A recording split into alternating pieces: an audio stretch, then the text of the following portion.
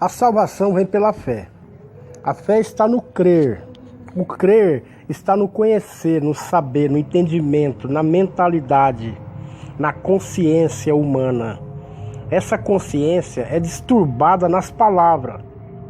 Assim como a palavra salva, a palavra liberta, assim também a palavra destrói. Basta distorcê-la. Então acontece que existe uma influência. E essa influência ela é maligna. E ela entra na humanidade através da palavra de Deus. A palavra de Deus, se a pessoa não tiver um sentido sobre ela, ele se perde. A questão é que Adão e Eva, em Gênesis 3, ele está de frente com um animal astuto, um dos melhores já criado por Deus. Está colocando a serpente como algo assim, uma metáfora. É um símbolo linguajar, algo de entendimento, assim como o fruto também é a serpente. O fruto do conhecimento do bem e do mal, também a serpente significa esse mal. A serpente astuta, ela usa a palavra de Deus, o que Deus falou com Adão, que Deus falou com Eva, é a mesma coisa que Lúcifer, o diabo, Satanás, o velho dragão, a serpente, falou com eles. Quando você se depara com Gênesis 3, você vê alguém de muita inteligência, muita sabedoria, entendimento que Deus deu, que tudo vem de Deus, e Deus deu para Satanás, Lúcifer. Ele é comandante de um exército de anjos. É muito poderoso. Aí ele vem sobre esse ser humano. Ele usa a palavra de Deus. E ele diz assim, em Gênesis 3:1b. E esta disse a mulher, a serpente. Portanto, Deus vos disse, ó, está usando a palavra de Deus. Não comerás de toda a árvore do jardim. Entendeu? Ele fez uma pergunta em cima da exclamação de Deus. Entendeu?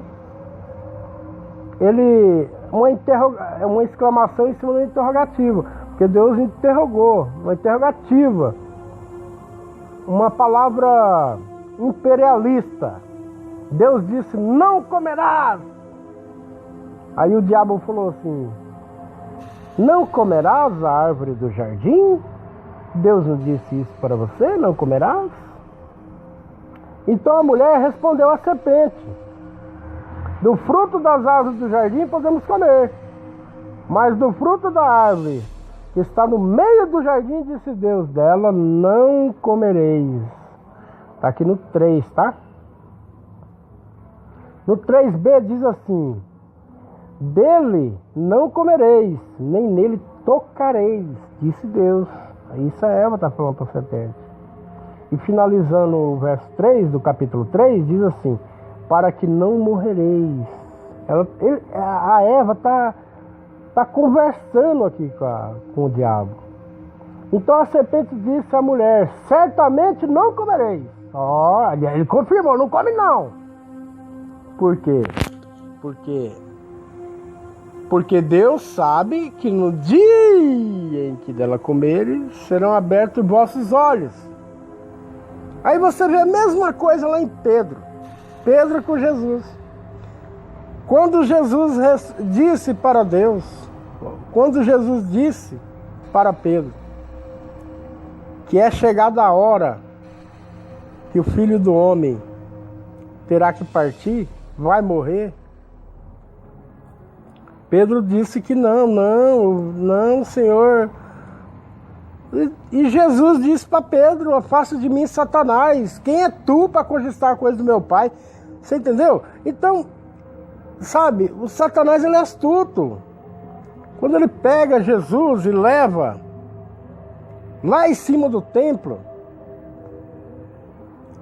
E disse para Jesus, dá uma olhada nisso aí, tudo que tem aí, ó, eu te dou, tudo eu te darei.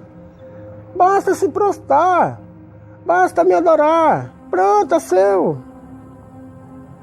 Quando ele diz, lança, aqui, ó, lança, isso é um desafio lá do alto do templo. Mas ele usa a palavra de Deus dizendo assim, o próprio Satanás usando a palavra de Deus, pula desse abismo, desse penhasco aqui, pula, que você vai dar ordem para os seus anjos e ele virá. Está escrito a palavra. Olha lá, Salmo 91. Está escrito, dará ordem aos seus anjos. Mal algum acontecerá com você. Entendeu? Então Jesus, ele usa a palavra, mas uma palavra de cabeça. Ele diz, não tentarás, Senhor teu Deus. Porque tudo isso está vindo lá de Gênesis, também no versos 3, no capítulo 15, do versos 3. Ou, aliás, do capítulo 3, mas no versos 15.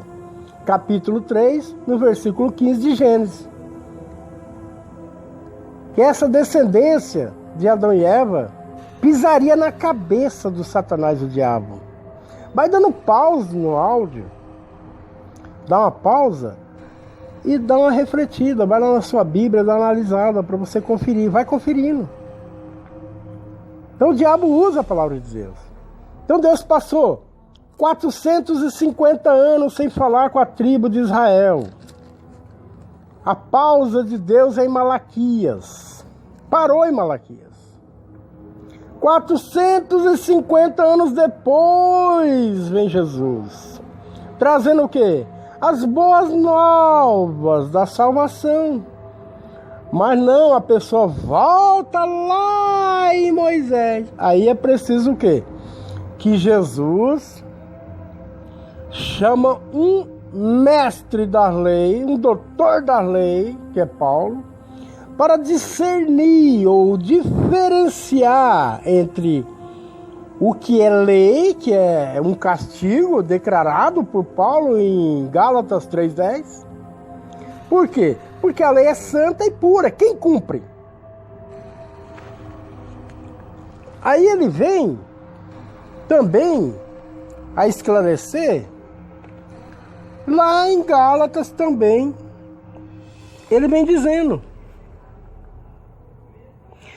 Ele diz assim, porque nem ainda esses mesmos, em Gálatas 6, no versículo 13, porque nem ainda esses mesmos que se circuncidam dão dízimo ou busca algo na lei, mas querem que vos circuncidam ou que dão o dízimo, para se que gloriem em vossa carne. Eles se gloriam neles mesmos.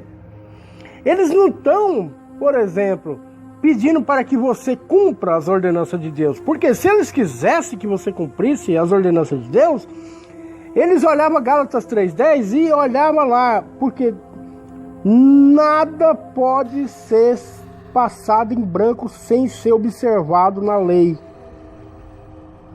Todas as leis e os mandamentos têm que ser cumpridos por integralmente, inteiro, por tudo, globalmente, toda a lei, todo o contexto de lei. Tanto a lei de Deus dentro da arca santa, pura, quanto a fora da arca, a lei de Moisés, a qual poderia ser tocada e modificada com os tempos. Então eles não vão mostrar isso para você. Porque o diabo, ele usa a palavra de Deus para destruir a humanidade. Desde Adão. Está lá, Gênesis 3, a partir do verso 1. Do lado bem diante, que um ponto fala um pouco ainda de Deus. Mas num ponto já está ali uma conversa entre a mulher e o diabo. No caso, a Eva. Nada contra as mulheres, não tem nada a ver isso aqui contra a mulher. Que a mulher aqui, ela entra também na humanidade, assim como Adão. Uma só carne. Mas assim, no Gálatas 6:11, 14, aliás, diz assim: mas jamais aconteça de me gloriar, não ser na cruz de nosso Senhor Jesus Cristo, pelo qual o mundo está crucificado para mim, e eu para ti, o mundo. Porque em Cristo Jesus de nada vale a circuncisão, nada vale o dízimo, nada vale as coisas da lei, nada vale, porque na verdade a lei, porque a aliança é feita com Abraão, não com Moisés, é com Abraão. De Abraão, Deus usa Jacó, que vai lá, José do Egito, as pragas e tal. Aí vem Moisés. Deus chama Moisés, mas está vindo por Abraão. Só que aquele povo atravessa todo aquele deserto. Deus faz tudo aquilo com aquele povo. De dia ele colocava uma nuvem para não ficar muito quente. À noite ele colocava um braseiro, um calor para que o povo se aquecesse. Quando estava com fome, caía maná do céu. Maná, alimento, caía do céu. Comida caindo do céu. Nada eles necessitaram, 40 anos, nem roupa, nem sapato. Tem muitos estudiosos que dizem até que os sapatos iam crescendo conforme a criança crescia. E as roupas não desgastaram. A água saiu da rocha. Quando eles pediram carne, veio um bando de cordonices, comeram tanta carne que saiu carne pelo nariz, diz a Bíblia. Mas o diabo é astuto, e ele é voraz. Ele é como um leão, ele ruge, e ele está ao seu redor. Ele está ao seu derredor, querendo te devorar, ele quer devorar. Tá, Apocalipse 17. Entendeu? A grande meretriz, quando abriu o olho de João, que João viu, ele admirou. Ele admirou. Oh, gente, não acredito que era isso a igreja. Porque aparentemente ele imaginava que era virgem pura a igreja, a qual Jesus vinha buscar, a noiva. Mas não era noiva, era noiva, mas era uma noiva prostituta.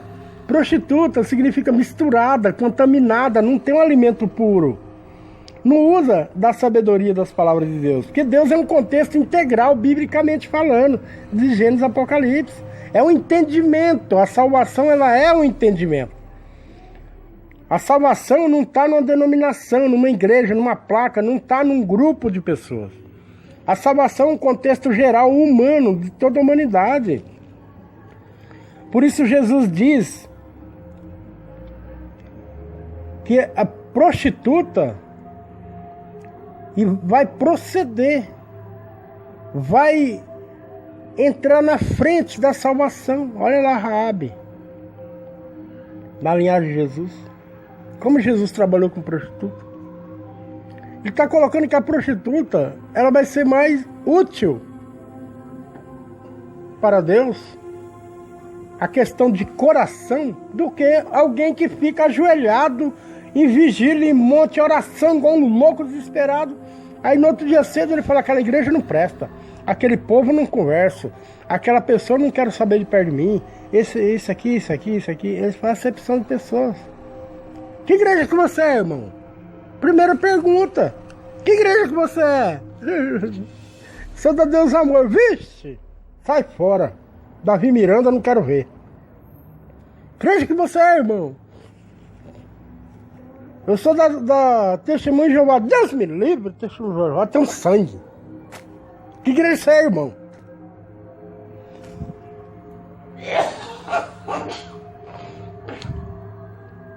Eu sou da Universal. Universal? Edir Macedo do diabo, sai pra lá, capeta. Que igreja você é, irmão? Sou cristão do Brasil. Deus me livre, tem um véu, sai, mano. E assim vai, fazendo acepção de pessoas. Mas acontece que nós temos que ter um entendimento de Colossenses 3:3 para ter um entendimento dessa cabeça. Para ter um entendimento dessa cabeça do diabo de Gênesis 3 também. O diabo é uma dominação, ele domina na mentalidade, ele usa sempre as coisas de Deus, porque ele não tem nada. Ele é um mendigo, pobre, sujo, porco, imundo, jogado, abandonado, acabado, não tem nada, é um lixo jogado, um lixo, esperando a lixeira passar para pegar. O diabo não tem nada. Tudo que ele usa, inclusive a vida dele, a consciência dele, a noção de quem ele é.